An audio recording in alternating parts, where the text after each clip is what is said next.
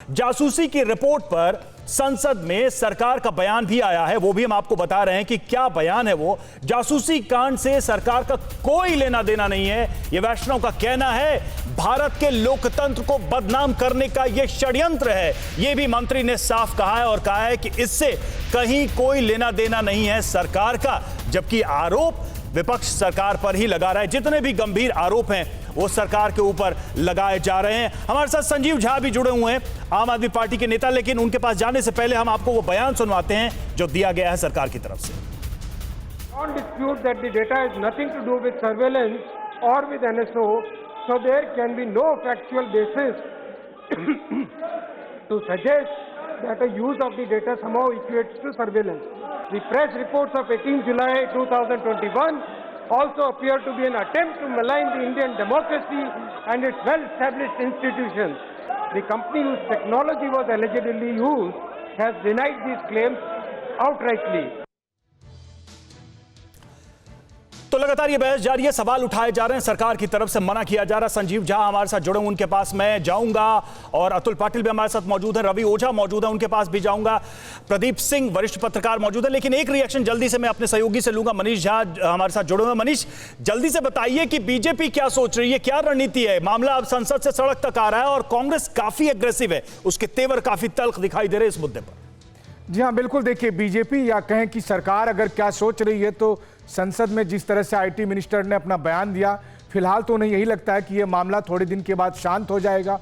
दूसरी बात है कि उनकी ये भी सोच है कि ये ऐसा मामला नहीं है जो गांव-गांव तक लोगों को प्रभावित करेगा, इसलिए चुनावी रणनीति में कोई फर्क नहीं पड़ेगा।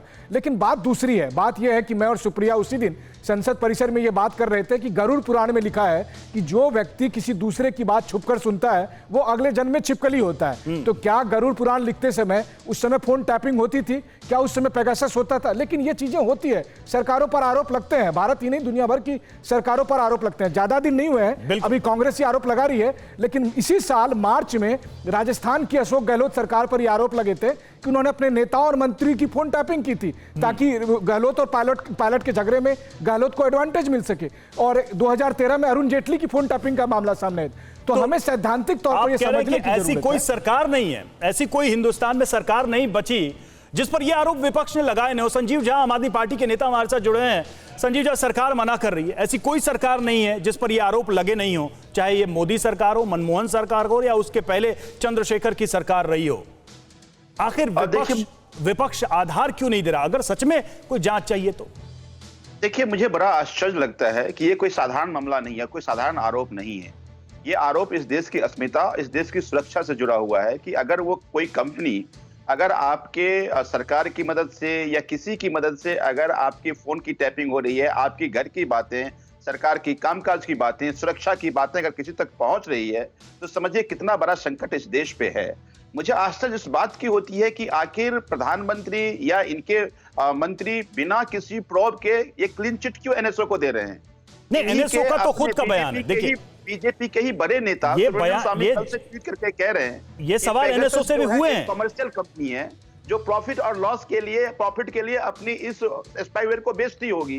तो अगर ये प्रॉफिट के लिए बेचती है, तो अगर सरकार का हाथ नहीं है, तो चूंकि ये बहुत महंगी सॉफ्टवेयर है, तो आखिर किसके कहने में कौन ये कर रहा है, इसकी जांच होनी चाहिए।